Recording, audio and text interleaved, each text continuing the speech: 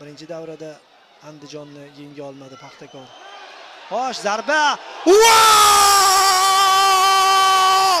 Gol, gol, gol, gol, gol, gol, gol! Ruben Xebay! Qanday gol ko'ryapmiz? Bo'ydor darvozabonni olib kelsa ham foydasi yo'q. Pavlichenko darvozasiga baribir Xebay gol topyapti. Golni takroriy lavhada 80 marta namoyish etishsin. Super gol. Andijon haqqini tortib oldi. Paxtakor himoyachilari, tayanch yarim himoyachilari uxlab qolishdi. Mana shu uxlab qolingan vaziyatdan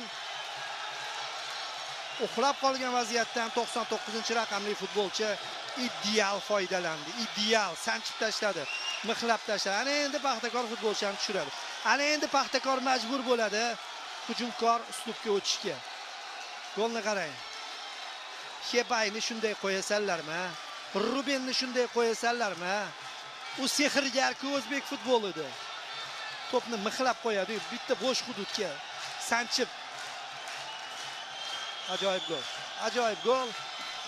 1-0 Andijon oldinda va Paxtakor uchun bilmadim endi so'nggi daqiqalar qanday o'tadi. Juda ham qiziq.